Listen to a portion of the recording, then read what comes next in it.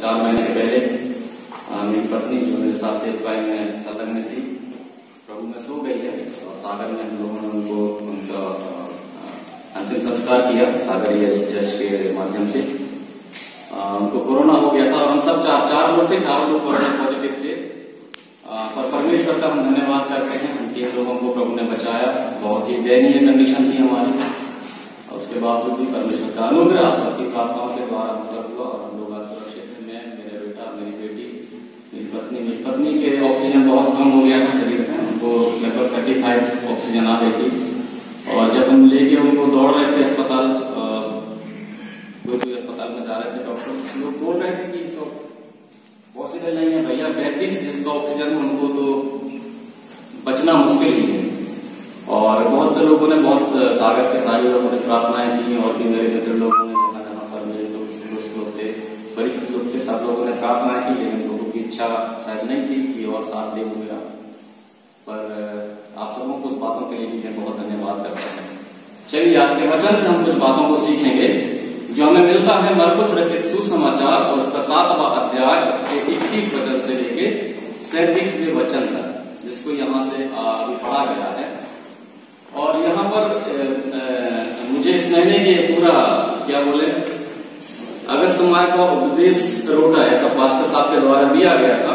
तो जब मैं इन वचनों को पढ़ रहा था, मैंने अटेंड नहीं कर पाया, सॉरी, क्योंकि कुछ कारण से सागर आने जाना पड़ा मुझे और इस कारण से मैं हर एक सप्ताह में नहीं आ पाया। पर यहाँ पर जो मैंने देखा है इन सारे अध्यायों में एक ही चीज को मैंने प्राप्त किया है।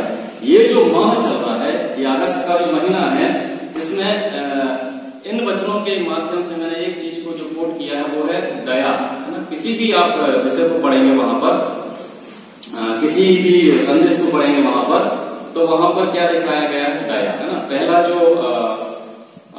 त्रय के बाद का 9वां जो अध्याय, सॉरी संडे था, रविवार था, 16 लूका 16 1 से 9 तक वहां पर पढ़ा गया है। एक भंडारी और, है ना, देनदार के बारे में शायद आप लोगों ने सुना होगा। वहां भंडारी ने तो उसके ऊपर दया नहीं दिखाई, लेकिन उस देनदार ने अपने जिससे उसको चाहिए था उसके ऊपर दया दिखाई, दया, है ना। फिर यरूशलेम के लिए दूसरे सप्ताह में हमने पढ़ा है 19 लूका 19 41 से 47 में। वहां पर यरूशलेम के लिए, वहां पर भी मतलब लोगों को चिंता नहीं है ना। बात करें कि ईसाई लोगों को चिंता नहीं है चर्च का क्या हो रहा है, लेकिन कुछ लोग हैं, मतलब यीशु मसीह है जो यरूशलेम के लिए क्या करता है? विलाप करता है। क्योंकि यरूशलेम एक ऐसी जगह है जहां से बहुत सारे काम हो रहे हैं, तो वहां पर भी हम दया को देखते हैं। प्रभु यीशु मसीह उस यरूशलेम के लिए विलाप करता है। तीसरे अध्याय में हमने पढ़ा था 18 लूका 18 अध्याय और उसके 9 से 14 तक, वहां पर फरीसी और चुंगी लेने वाला है ना। फरीसी तो बढ़िया खड़े होकर कह रहा है, मैं तो ऐसा करता हूँ वैसा करता हूँ, मेरी व्यवस्था के अनुसार मैं जीता हूँ और 10 भी देता हूँ और 2 बार करता हूँ, मैं कोई अन्याय करता नहीं हूँ और मैं ऐसा भी नहीं, है ना। लेकिन प्रभु यीशु मसीह चुंगी लेने वाले के ऊपर क्या करते हैं? दया भी करते हैं, वहां पर दया दिखाते हैं। और आज जो हम पढ़ने जा रहे हैं मरकुस 7:21 से लेके 37 तक, यहाँ पर भी हम एक दया और एक तरस को देखते हैं इस व्यक्ति के जीवन में, है ना। यहाँ पर क्या हो रहा है ना, मैं आपको बहुत संक्षिप्त में सरल रीति से व्यवहारिक बातों में आपको मैं आज के संदेश से बताना चाहता हूँ। यहाँ पर लिखा है, फिर वह सूर और सैदा के देशों से निकलकर दिकापुलिस से होता हुआ गलील की झील पर पहुंचा। सूर और सैदा ये जो 2 प्रदेश है ना, इनके बारे में आप जानते होंगे, लेकिन फिर भी मैं आपको थोड़ा सा टच करते जाऊंगा, हिंट करते जाऊंगा। सूर और सैदा जो देश हैं वो भूमध्य सागर के किनारे बसे हुए देश हैं। आप अपने बाइबल के पीछे जब आप पलटाएंगे, लास्ट के पन्ने में देखेंगे तो भूमध्य जो नक्शा है उसमें भूमध्य सागर के, है ना, किनारे में बसे हुए वो देश है सूर और सैदा। और उसके बाद क्या है? कैसरिया और यरूशलेम के समीप, है ना। कैसरिया जो यीशु मसीह ने जहां अपनी सेवकाई को प्रारंभ किया है, शुरू किया है, उसके आसपास के वो देश हैं सूर और सैदा। इसके बाद है सारपत के ऊपर, है ना, सारपत की विधवा का बारे में हम लोग जानते हैं, तो सूर और सैदा बीच में है सारपत। इसके बाद क्या है? सूर और सैदा में बहुत सारे अद्भुत और सामर्थ्य के काम हुए हैं। यहाँ पर हम पढ़ते हैं, यदि इसके आप 24 वचन 7 अध्याय उसके 24 वचन को आप पढ़ेंगे तो वहां पर सूर और सैदा का वर्णन किया गया है। वहां पर एक स्वरूप छोटी जाति की स्त्री है और परमेश्वर ने क्या किया है, उस सूर और सैदा में, उस स्त्री के जीवन में एक बहुत अद्भुत काम को किया है। बार बार बार बार बाइबल के अंदर सूर और सैदा का नाम आया है। ये बात मैं आपको बताना चाहता हूं। इसलिए आया है क्योंकि सूर और सैदा एक ऐसी जगह थी जहां पर परमेश्वर के वचन को बहुत अधिक से, है ना, प्रचारित किया जा रहा था। यीशु मसीह के द्वारा और सूर और सैदा में बहुत ही सामर्थ और शक्तिशाली सेवकाई को किया जा रहा था। इसलिए वो सूर और सैदा का नाम यहाँ पर बार बार आया है। उसके आगे जब हम पढ़ते हैं तो लिखा है, सूर और सैदा के देशों से निकलकर देकापुलिस से होता हुआ गलील की झील पर पहुंचा। गलील की झील जो है, गलील की झील के बारे में हम लोग जानते हैं। गलील की जो झील है यरदन नदी के एक हिस्सा है, जो यरदन नदी से निकली हुई एक झील है। और इस झील के यहाँ है ना, गलील से ही नासरत, गलील, ये सब एक ही उसमें आते हैं, क्षेत्र में आते हैं। और यहाँ पर प्रभु यीशु मसीह अपनी सेवकाई को करते हैं। और आगे हम देखें तो यहाँ पर जो यहाँ बहुत ही सामर्थ्यशाली सेवकाई प्रभु यीशु मसीह ने की है। यरदन से जब उन्होंने बपतिस्मा लिया है, गलील के आसपास ही उन्होंने अपनी सेवकाई को किया है। और सबसे प्रथम और सबसे बड़ी बात जो है वो, यदि आप पढ़ेंगे मत्ती रचित सुसमाचार और उसका 4 अध्याय और उसका 18 वचन, तो गलील की झील से ही प्रभु यीशु मसीह ने अपने लिए प्रथम चेलों को क्या किया है, चुना है और सेवकाई के लिए बुलाया। तो यहाँ गलील की झील के बारे में देखते हैं कि गलील की जो झील है उसका अपना एक अलग महत्व है ना, क्योंकि वहां से प्रथम चेलों को प्रभु यीशु मसीह ने बुलाया और इकट्ठा किया है। देखिए, निकालिए मेरे साथ, थोड़ा सा हम पढ़ देंगे मत्ती रचित सुसमाचार और उसका 4 अध्याय और 18वां वचन। 4 अध्याय 18 वचन। इसमें लिखा है प्रथम चेलों का बुलाया जाना। लिखा है, गलील की झील के किनारे फिरते हुए उसने 2 भाइयों अर्थात समौन को, जो पतरस कहलाता है, और उसके भाई अंद्रयास को, जो झील में अंद्रयास को झील में जाल डालते देखा, क्योंकि वे मछुए थे। यहां से, है ना, इस झील के किनारे प्रभु यीशु, मतलब आप देख लीजिए कि जो यीशु मसीह है अपनी सेवकाई को उसी क्षेत्र में वो कर रहे हैं, उसी क्षेत्र में वो दे रहे हैं। अच्छा, अब हम आगे चलते हैं। यहाँ 32 वचन को जब हम पढ़ते हैं तो इस प्रकार से लिखा है, लोगों ने एक बहरे को, जो हकला भी था, है ना, लोगों ने एक बहरे को, जो कैसा है, हकला है। यहाँ पर एक इंसान है, एक मनुष्य है, एक व्यक्ति है, और इसके अंदर 2 बीमारी है। कौन कौन सी बीमारी है? वो सुनता भी बहुत कम है और बोलता भी बहुत कम है ना, तूतला, हकला। और जब छोटे बच्चे होते हैं ना, मुझे समझ में नहीं आता, पता नहीं आप लोगों का, मैं नहीं जानता हूं, पर छोटे बच्चों से जब हम लोग बात करते हैं और वो तुतला के बात करते हैं तो समझ पाते हैं उनकी भाषा को? नहीं समझ पाते। ये व्यक्ति की बातों को कौन समझता होगा? जब ये वहां अपने गांव में, अपने परिवार में, अपने रिश्तेदारों में रहता होगा, घूमता फिरता होगा, कहीं जाता होगा और ये बातें करता होगा, तो ये इसकी भाषा को और इसकी बोली को कौन समझ पाता होगा? किसी के पल्ले पड़ती नहीं होगी, है ना। तो इसके जीवन में अपन लोग देखते हैं यहाँ पर इस व्यक्ति को 2 बीमारी है। पहली है ये सुनने में कमजोर है, दूसरा है ये बोलने में भी कमजोर है। अच्छा, अब जो चर्चा करने की बात है, ऐसा व्यक्ति मेरे विचार से, मेरे हिसाब से मैं ये सोचूंगा कि ऐसा व्यक्ति मेरे क्या करता है? जो बोलने में नहीं जानता है, जो सुनने में भी कमजोर है, वो मेरे किस काम का है? ऐसा तो सोचते हैं ना लोग। ज्यादा हम लोग उसके ऊपर ध्यान देते नहीं है। ठीक है, अपने समय से होगा, अपनी उम्र से होगा तो शायद सुधर जाए, अच्छा बोलने लग जाए, अच्छा सुनने लग जाए। इस प्रकार की बातों को हम लोग सोचने लग जाते हैं, समझने लग जाते हैं। लेकिन यहाँ पर हम देखते हैं, मैं आपके ध्यान को आकर्षित करना चाहता हूँ 32 वचन में जो पहले 2 शब्द यहाँ पर लिखा है, तो लोगों ने। हम तो ये सोचते हैं कि यार ये व्यक्ति बोलने और सुनने का, है ना, ठीक ठाक से नहीं सुनता है, ना बोलता है, हमारे कोई काम का है नहीं है, चलो चलने दो, जैसा भी जिए, जैसा भी रहे, वो अपने जीवन को ये कर लेना चाहिए। लेकिन यहाँ पर हम देखते हैं 2 लोगों ने। यहाँ पर क्या है, विशेष बात ये है कि लोगों के अंदर विश्वास है। उनके रिश्तेदार हो सकते हैं, वो उनके पड़ोसी हो सकते हैं, वो उसके मित्र लोग हो सकते हैं, एक्सपर्ट कोई भी हो सकते हैं, वो उन लोगों का विश्वास बहुत मजबूत है, बहुत बड़ा है। मुझे माफ करिएगा, हमारे जीवन से आज इस वचन पर हम तुलना करेंगे तो हम किस स्थिति में खड़े हैं, हमारी जो पोजीशन है वो क्या है, हम कहाँ खड़े हैं। हम हमारे घर में ऐसे दुबले बहुत सारे हैं, है ना, हमारे घर में ऐसे पहले लोग बहुत सारे हैं, न ठीक से बोल पाते हैं, न ठीक से सुन पाते हैं, परंतु और हम लोग क्या सोच लेते हैं उनके बारे में, कोई मतलब नहीं है इस आदमी से, अब ये सुधरने वाला है नहीं है, ना ये ठीक से बोल पाएगा, ना ये ठीक से सुन पाएगा। परंतु यहाँ पर हम देखते हैं लोगों ने, वहां कुछ लोग, हो सकता हमारे आस पड़ोस में कुछ लोगों को ये सोचते होंगे शायद यार इसकी दवाई हो जाए या इसको अच्छे डॉक्टर को दिखा दिया जाए तो ये व्यक्ति कुछ काम का हो जाएगा। यहाँ पर इन लोगों के, दूसरे लोगों के बारे में मैं चर्चा कर रहा हूँ। कुछ लोग हैं वहां पर, उन लोगों ने क्या किया है उसको अपन पढ़ेंगे, इसको पूरा तो समझ पाएंगे। लिखा है तो लोगों ने एक बहरे को जो हकला भी था उसके पास लाकर उससे विनती की कि अपना हाथ उस पर रखे। अर्थात यीशु मसीह के पास उस आदमी को वो लोग लेके आ गए हैं और कह रहे हैं प्रभु यीशु मसीह इसके ऊपर क्या कर दो, आप हाथ रख दो और ये आदमी है ना आपके हाथ रखने से ही क्या हो जाएगा, ठीक से सुनने लग जाएगा और ठीक से बोलने लग जाएगा। ध्यान से सुनिएगा, हम ये सोचते हैं, हमारी ये धारणा है, हमारे बच्चे,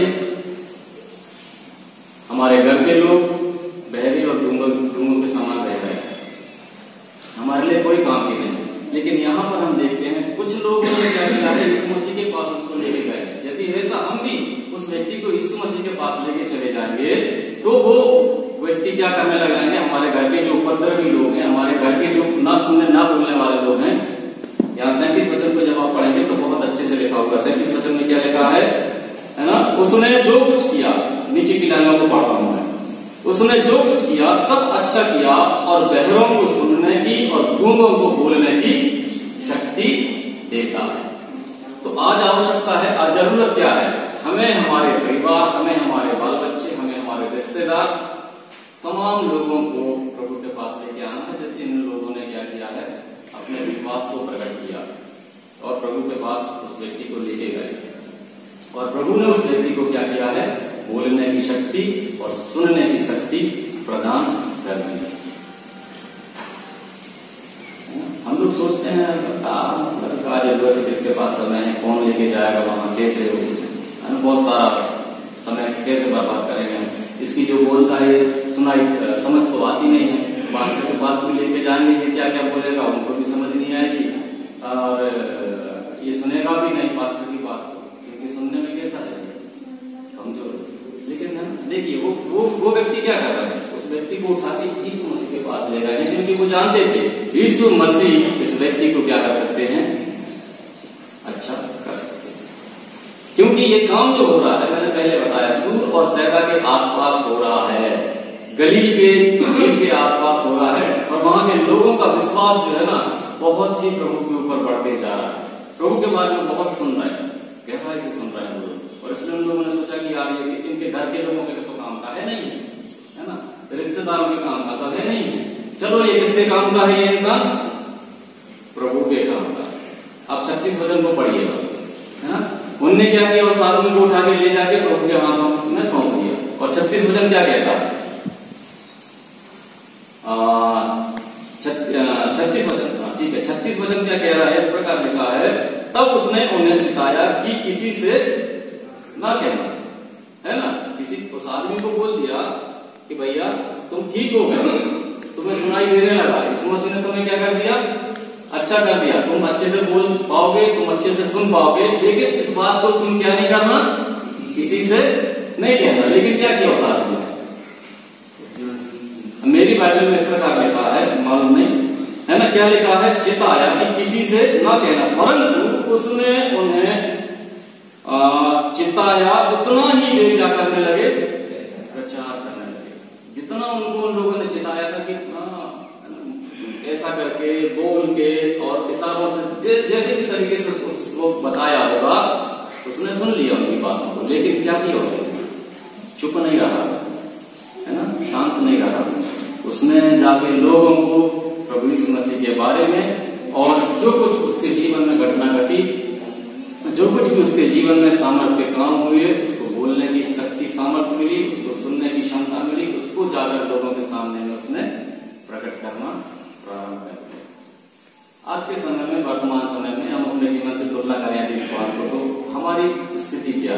हमारी पोजीशन क्या है।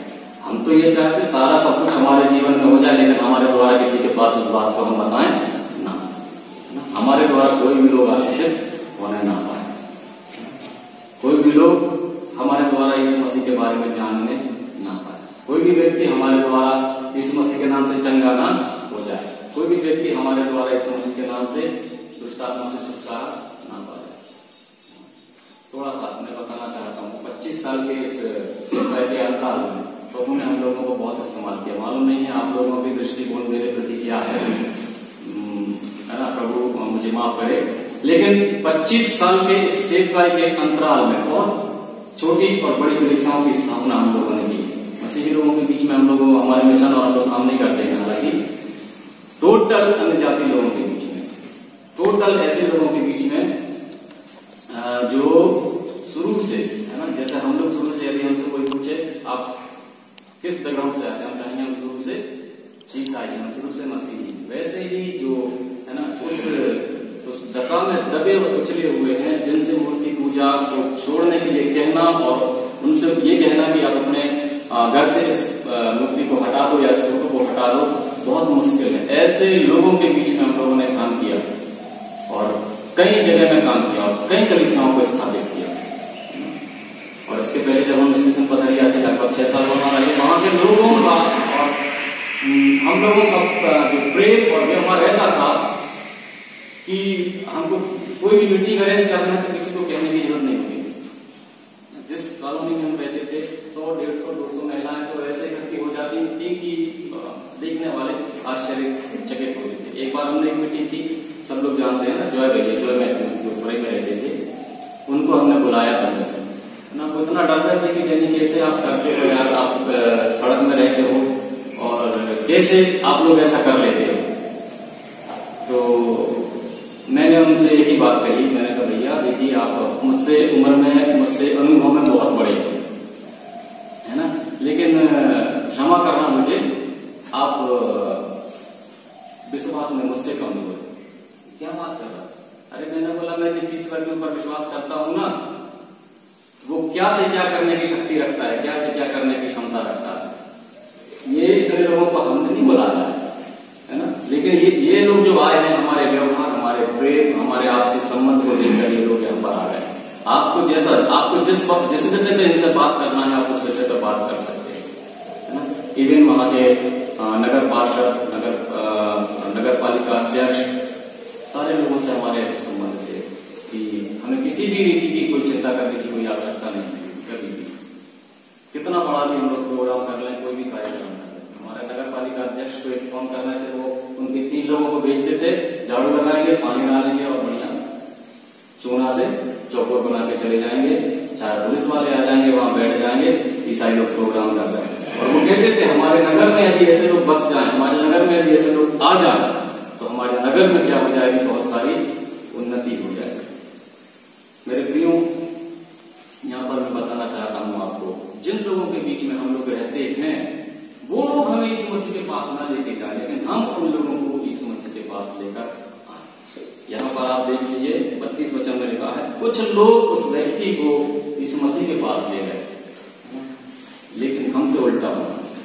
हम जो प्रभु के लोग हैं, हम कुछ लोगों को कहां लेके आना है, प्रभु के पास लेके आना। कितने लोग अशांति में, आज हमारे गांव में कोई, सारे लोग शांति में जीवन जी रहे हैं क्या है? सारे लोग दुष्टात्मा के बंधन से छूट गए हैं क्या? सारे लोग इससे आजाद हैं क्या? नहीं, है ना। क्या करना है हम जाके उनको प्रभु के बारे में बताना, भैया प्रभु आपको इन सब से क्या कर सकता है, छुटकारा दे सकता है, अच्छे जीवन दे सकता है। हम लोग उनको प्रभु के पास लेकर आते हैं। शांति चाहिए, आ जाओ यीशु मसीह के पास। छुटकारा चाहिए, आ जाइए यीशु मसीह के पास। अच्छा जीवन जीना है, आ जाइए यीशु मसीह के पास। हम लोग उनको क्या करना है, यीशु मसीह के पास लेकर आना है। यहाँ पर हम देखते हैं बहुत ही अच्छा और बहुत सारी बातें हैं यहाँ पर देखने के लिए। देखिए क्या है, 32 वचन बताता है, तो लोगों ने एक बहरे को जो हकला भी था उसके पास लाकर उससे विनती की कि अपना हाथ उस पर रखे। इनका है ना, वो इनका जो रिश्ता है, इनका जो संबंध है, इनका जो प्रेम है, बहुत काफी बहुत सारी हम बातों को यहाँ पर हम इस वचन में सीख सकते हैं, लेकिन इन सब में हमें भी बढ़ना है, परिपूर्ण होना है। मेरा कहने का जो तात्पर्य है वो ये, हम सब इन सब बातों में हम बढ़ते जाएं, बढ़ते जाएं और परिपूर्ण होते जाएं। और आगे हम थोड़ा सा देखेंगे इसी अध्याय का 32 वचन में जो बहरापन जो है, जो पतलापन जो है वो हमारे परिवारों में है। हम ऐसा नहीं कह सकते कि नहीं है हमारे परिवारों में। यदि आज हमारे बच्चों को हम बोलते हैं प्रार्थना करने के लिए, तो क्या है, अकेले हैं वो लोग, नहीं कर सकते, नहीं करते, है ना, बहरे सुनने के बाद भी नहीं सुनते। हमारे बच्चों को यदि हम बोलते हैं अपने घर में वचन पढ़ने के लिए, कलीसिया में बोलते हैं वचन पढ़ने के लिए, तो क्या बहरे, गूंगे, नहीं करते, है ना, है कि नहीं। जवान लोग बाइबल तो घर से लेके आते, लेकिन पढ़ना तो आता नहीं, सुनना तो आता नहीं, बोलना तो आता नहीं, फिर बाइबल का क्या मतलब है वहां से लेके आने का। मेरे प्रिय बच्चे लोग, ये जो समय है बहुत कठिन समय, बहुत अच्छा समय है। मैंने एक जूम मीटिंग में एक बार मैंने प्रचार कर रहा था, मुझे एक मौका मिला था प्रभु के दास लोगों के साथ, अच्छे अच्छे लोग से वहां प्रचार करने के। और मैं जो प्रचार मैं उस समय में बहुत कठिन परिस्थिति से होकर गुजरता था, बहुत ही पीड़ा मेरे जीवन में हो रही थी, है ना, क्योंकि यदि किसी को यहाँ पर कोरोना हुआ है तो वो व्यक्ति उस बात को जानता है। जब है ना मुझे कोरोना हुआ, बाल बच्चे सब अलग हो गए क्योंकि सब पॉजिटिव थे, कोई किसी का ध्यान नहीं दे रहा है, कोई किसी को पूछने वाला नहीं है, कोई किसी के पास जाने वाला नहीं है। और जब मुझे है ना मेरी बहन के घर में उठाकर ले गए मेरे बच्चे लोग, और जो मेरे साथ, मैं ये नहीं कहूंगा कि उन्होंने इस प्रकार से व्यवहार किया, लेकिन डॉक्टर्स के कहने के अनुसार उन्होंने कहा इनको क्या करना है, या तो हॉस्पिटल में भर्ती कर दो। लेकिन जान लेते हॉस्पिटल में गए तो एक बंदा गया, क्योंकि मेरी मिसेस को हम लोग हॉस्पिटल में ले जाकर भर्ती करे, फिर उसकी मिट्टी को ही हम लोग वापस लेके आए। तो हमारे घर वालों ने बोला, बहन हुई, उनके बच्चों ने बोला नहीं हम घर में आइसोलेट करेंगे, हम घर में इनकी दवाई करेंगे, है ना। प्रभु के दास लोग मुझे बोलते थे भैया खूब प्रार्थना करो, खूब वचन करो। यार मैंने बोला मैं कमजोर हो रहा हूँ, बाइबल पकड़ने की ताकत नहीं है, घुटने टेकने की क्षमता नहीं है। आप लोग बोलते हैं आपका तो दिमाग खराब हो गया, कुड़कुड़ाने लगा था, है ना। कोई भी एक इंसान ये नहीं कहता था कि अच्छा खा लो, मांस खा लो, मच्छी खा लो, अंडा खा लो, ये खा लो, वो खा लो, थोड़ी ताकत आ जाएगी। किसी ने भी इस प्रकार नहीं बोला। मेरे सामने में, मेरे दिमाग में हमेशा एक ही घटना घटी थी, एक ही घटना बार बार आती थी। वो घटना जानते हैं आप लोग, यूहन्ना रचित सुसमाचार वो 4वां अध्याय में वो जो सामरी पापनी स्त्री है ना, उसकी घटना। क्योंकि है ना मैंने उस पीड़ा को इतना करीब से देख लिया था, जब सारे लोग, जैसे वो क्या करती थी, जब सारे लोग दोपहर के समय अपने अपने घरों के अंदर चले जाते थे, उस समय वो अपने घर के बाहर निकलती, पानी भरने के लिए, दूसरे काम को करने के लिए। नहीं तो लोग क्या करते थे, उसको चढ़ाते थे, है ना, उसके साथ बुरा व्यवहार करते थे। मैंने सोचा क्या प्रभु मैं भी ये सब अपनी स्त्री के जैसे जीवन जी रहा हूँ। खाना देना है, उतना दूर से वो लोग रोटी रख जाएंगे, उतना दूर पानी रख जाएंगे, उतना दूर सब्जी रख जाएंगे, फिर आपको जाना है, लेके आना है, खाना है।